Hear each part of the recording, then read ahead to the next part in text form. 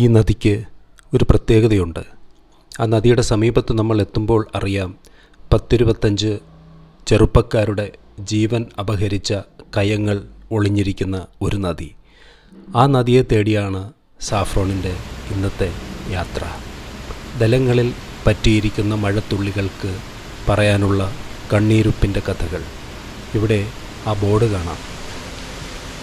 മുന്നറിയിപ്പ് ശ്രദ്ധിക്കുക. 17 പേർ മരിച്ച ഒരു കടവ്. ഒരുമിച്ചല്ല, പല പല തവണയായി. ഒറ്റപ്പെട്ടും കൂട്ടായും ഉണ്ടായ മരണങ്ങൾ. അത്ര നിഗൂഢമായിട്ടുള്ള കയങ്ങൾ. അഗ്നി പോലെ ജലവും സൗന്ദര്യമാണ്. പക്ഷേ ജീവനെ വലിച്ചെടുക്കുന്ന സൗന്ദര്യമായി ചിലപ്പോൾ ജലം മാറാറുണ്ട്. അത്തരം ഒരു സ്ഥലമാണ് ഇവിടം, കാവടി കടവ്. ഇത് തിരുവനന്തപുരത്തു നിന്നും പേയാട് വന്നാൽ, പേയാട് നിന്ന് ഏകദേശം ഒരു 15-20 മിനിറ്റ് കാറിൽ യാത്ര ചെയ്താൽ എത്താവുന്നത്ര ദൂരമേ ഇവിടെയുള്ളൂ. പക്ഷേ ഈ സ്ഥലത്തേക്ക് വരുന്നവരുടെ കാഴ്ചകൾ വളരെ നിസ്സാരമായി തോന്നുന്നതാവും. എന്തുകൊണ്ട് ഇവിടെ ഞങ്ങൾക്കിറങ്ങിക്കൂടാ, നീന്തിക്കൂടാ എന്നൊക്കെ ആവാം. പരിചയമുണ്ടെങ്കിൽ മാത്രം, അല്ലെങ്കിൽ പരിചയമുള്ളവരോടൊപ്പം മാത്രം.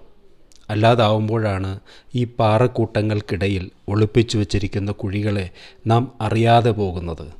സൂക്ഷിക്കേണ്ടതാണ് ഓരോ ചുവടും. ഉറപ്പിച്ചിട്ട് വേണം നാം മുന്നോട്ട് പോവേണ്ടതും. ജീവിതം അങ്ങനെയാണ്. പ്രത്യേകിച്ച് ചെറുപ്പക്കാരുടെ ഏറെ സങ്കല്പങ്ങളുള്ള, സ്വപ്നങ്ങളുള്ള ഒരു സമയമാണ് ചെറുപ്പം. അത് മാതാപിതാക്കളുടെയും ബന്ധുക്കളുടെയും പ്രതീക്ഷകൾ കൂടിയാണ്.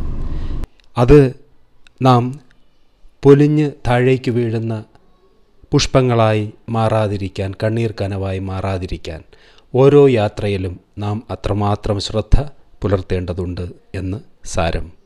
അവിടെ നിന്ന് ഞങ്ങൾ പോകുന്നത് മറ്റൊരു ടൂറിസ്റ്റ് സ്പോട്ടായിട്ടുള്ള, അതിൻ്റെ അടുത്ത് തന്നെ Ayiravalli temple rock view point എന്ന സ്ഥലത്തേക്കാണ്. അത് ആ നദിയുടെ തന്നെ ടോപ്പ് ആയിട്ടുള്ള ഒരു ഭാഗമാണ്. ഈ നദി അരുവിക്കര ഡാമിൽ നിന്ന് ആരംഭിച്ച് പൊഴിക്കര, അതായത് തിരുവല്ലത്ത് പരശുരാമ ക്ഷേത്രത്തിൻ്റെ അടുത്ത് കടലിൽ ചെന്ന് ചേരുന്ന ഒരു നദിയാണ്. കണ്ടാൽ വളരെ സുന്ദരിയാണ്. ഈ തുമ്പപ്പൂവിൻ്റെ സൗന്ദര്യം പോലെ. ഈ ഇടയ്ക്ക് തുമ്പപ്പൂവിൻ്റെ ഇല യൂട്യൂബിൽ ആരോ കറിവെച്ച് കാണിച്ചു കൊടുത്ത് അത് അനുകരിച്ച് അപകടത്തിൽപ്പെട്ട ഒരു വീട്ടമ്മയുടെ കഥ ഞാനിപ്പോൾ ഓർക്കുന്നു. ഈ അമ്പലമാണ് ആയിരവല്ലി ക്ഷേത്രം. എന്തായാലും ആ ദേവതയെ മനസ്സിൽ സങ്കല്പിച്ചുകൊണ്ട് ആ വ്യൂ പോയിൻറ്റിലേക്ക് നടക്കുകയാണ്. കണ്ടുടൻ തന്നെ ഞെട്ടിപ്പോയ ഒരു ബോർഡ് അവിടെയുമുണ്ട്. കണ്ടോ, ഈ ആഴങ്ങളിൽ പൊലിഞ്ഞത് യുവാക്കളായിരുന്നു എന്ന്. ആ യുവാക്കളുടെ പടം അവിടെ വച്ചിട്ടുണ്ട്. എന്തിനാണെന്നറിയോ? ഇനി വരുന്നവരെങ്കിലും അബദ്ധത്തിൽ ചാടാതിരിക്കാൻ. നോക്കൂ, കണ്ടാൽ എന്ത് ശാന്തമാണ്. ആർക്കും ഒന്ന് ഇറങ്ങാൻ തോന്നും, ഇറങ്ങി ഒന്ന് കുളിക്കാൻ തോന്നും.